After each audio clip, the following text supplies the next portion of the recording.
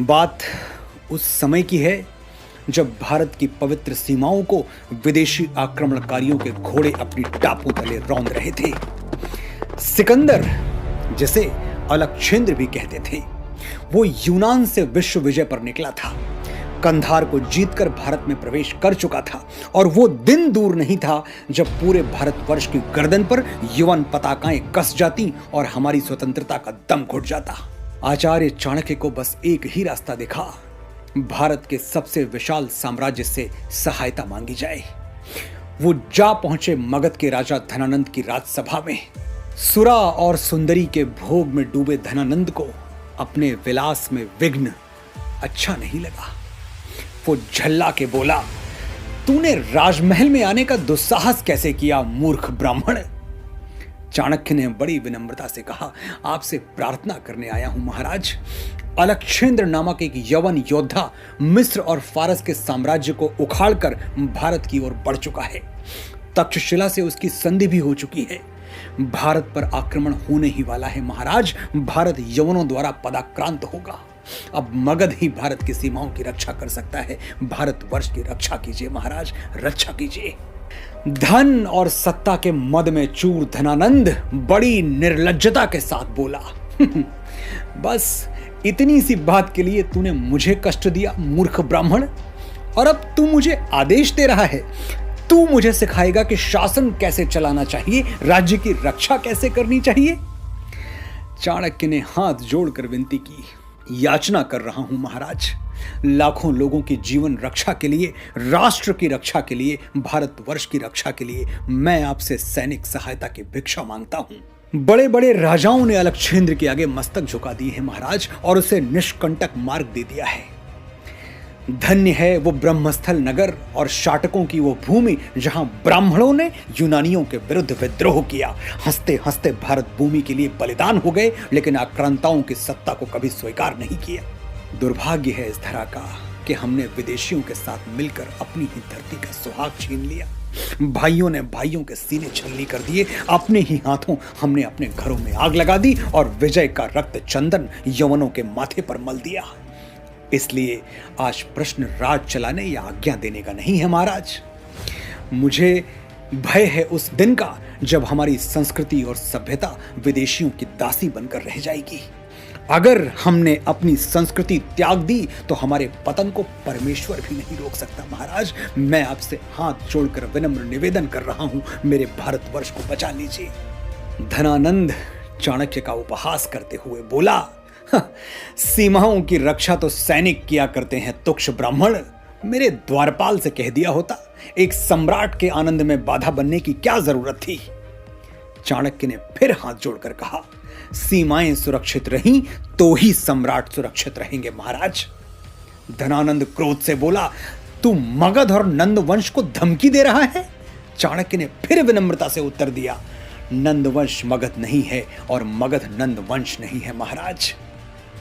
धनानंद क्रोध से तमतमा गया और बोला, मूर्ख ब्राह्मण, गांधार और तक्षशिला से मुझे क्या लेना। मैं मगध का राजा हूं। जब मगध पर आक्रमण होगा तब सोचूंगा। चाणक्य ने कहा, यही तो दुर्भाग्य है महाराज। मेरी मातृभूमि न मगध है न गांधार। मेरी मातृभूमि है भारतवर्ष। वही भारतवर्ष जो 88,000 ऋषियों और 33 कोटि देवी देवताओं से सुशोभित है। वही भारतवर्ष जो मर्यादा पुरुषोत्तम भगवान राम की जन्मस्थली और कर्मस्थली है। और वही राम जिन्होंने मातृभूमि के गौरव में कहा है, जननी जन्मभूमिश्च स्वर्गादपि गरीयसी, यानी मातृभूमि स्वर्ग से भी श्रेष्ठ है। भारतवर्ष की मिट्टी चंदन है महाराज, इसे अपने मस्तक पर लगा लें। हर भारतीय आपको अपने हृदय का सम्राट बना लेगा। भारतवर्ष को बचा लीजिए, मगध स्वयं बच जाएगा। सत्ता की शक्ति शिक्षक के सत्य को कैसे स्वीकार करती। धनानंद ने अपने सैनिकों को आदेश दिया, बड़ा गर्व है इस मूर्ख ब्राह्मण को अपने ज्ञान पर, अपने ब्राह्मणत्व पर। इसकी शिखा खोल दो और फेंक दो उठाकर राजभवन से बाहर। चाणक्य धनानंद के इस दुस्साहस पर क्रोध से कांप उठे। उन्होंने जल से भरे कमंडल को धरती पर पटक दिया और अपनी शिखा की गांठ खोलकर कहा, आज तूने मर्यादा की सीमा रेखा पार कर दी धनानंद। एक दिन मेरी यही शिखा तुझे और तेरे कुल को काल सर्पिणी बन के ऐसे डसेगी कि मदिरा में डूबा हुआ तेरा कंठ जल की एक बूंद को तरस जाएगा। ये ब्राह्मण आज अपने पवित्र यज्ञोपवीत की शपथ लेता है, जब तक मैं तेरा और तेरे वंश का सर्वनाश नहीं कर दूंगा तब तक अपनी शिखा नहीं बांधूंगा। तूने भारत को पदाक्रांत कर रखा है, मैं तुझे पदाक्रांत करूंगा। और तू ही नहीं, जो भी इस गौरवशाली राष्ट्र के उत्कर्ष में बाधक बनेगा मैं उसका सर्वनाश कर दूंगा। देख धनानंद, प्रलय का आगमन हो रहा है और इस बार स्वर्ग के देवता भी इसका मार्ग नहीं रोक पाएंगे। तू घोर मूर्ख है धनानंद, क्योंकि शास्त्र कहते हैं मूर्खस्य पंच चिन्हानि गर्वो दुर्वचनम तथा क्रोधश्च दृढ़वादश्च परवाक्येष्वनादराः। मूर्ख के 5 लक्षण होते हैं: घमंड, कड़वे शब्द, मिथ्या अहंकार, जड़ता और दूसरों का असम्मान। अपमानित चाणक्य स्वयं राजभवन से बाहर निकल आए, लेकिन उनकी अंतः चेतना चिल्ला चिल्ला के कह रही थी, जब राष्ट्र के सम्मान की रक्षा शासन नहीं कर सका तो अब शिक्षकों और ब्राह्मणों को करनी होगी। इसलिए उठ चाणक्य, सोए हुए भारत को जगा, आज इसे तेरी जरूरत है। उस दिन मगध की राज्यसभा में जो हुआ वो दुर्भाग्यपूर्ण था, लेकिन पहली बार नहीं हुआ था। सत्ता ने सत्य का उपहास कोई पहली बार नहीं किया था। चाणक्य इतने अहंकारी नहीं थे कि धनानंद को भूल सुधार का अवसर न देते। चाणक्य को याद आया कि कुछ वर्ष पहले भी वो धनानंद की राज्यसभा में उपस्थित हुए थे, ज्ञान सभा में भाग लेने के लिए। उस दिन भी धनानंद सुरा और सुंदरी में आकंठ डूबा हुआ था और बार बार ब्राह्मणों का उपहास किए जा रहा था। चाणक्य से यह देखा नहीं गया, वो ज्ञान सभा को छोड़कर जाने लगे। सत्ता के दंभ में चूर दुष्ट धनानंद ने कहा, क्यों ब्राह्मण, तू आज शास्त्रों की चर्चा नहीं करेगा? किसी राजपद अथवा धन के लिए धनानंद के आगे हाथ नहीं पसारेगा, मुझसे भिक्षा नहीं मांगेगा? चाणक्य ने बड़े ओज के साथ उत्तर दिया था, मेरा धन ज्ञान है धनानंद, और यदि मेरे ज्ञान में शक्ति रही तो मैं अपना पोषण कर सकने वाले सम्राटों का निर्माण स्वयं कर लूंगा।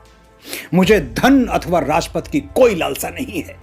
भरी सभा में अपने मंत्रियों के सामने एक ब्राह्मण आचार्य की यह फटकार सुनकर धनानंद तमतमा गया। क्रोध से आंखें लाल करके बोला, एक साधारण शिक्षक और इतना अहंकार! चाणक्य ने तर्जनी तानकर कहा, शिक्षक साधारण नहीं होता मूर्ख धनानंद, प्रलय और निर्माण दोनों उसकी गोद में खेलते हैं। तो जैसे तुच्छ राजाओं के राजमुकुट हम शिक्षकों के चरणों में पड़े रहते हैं, हम जब चाहेंगे जिसके सर पर चाहेंगे उठाकर रख देंगे। जब नाश मनुष्य पर छाता है, पहले विवेक मर जाता है।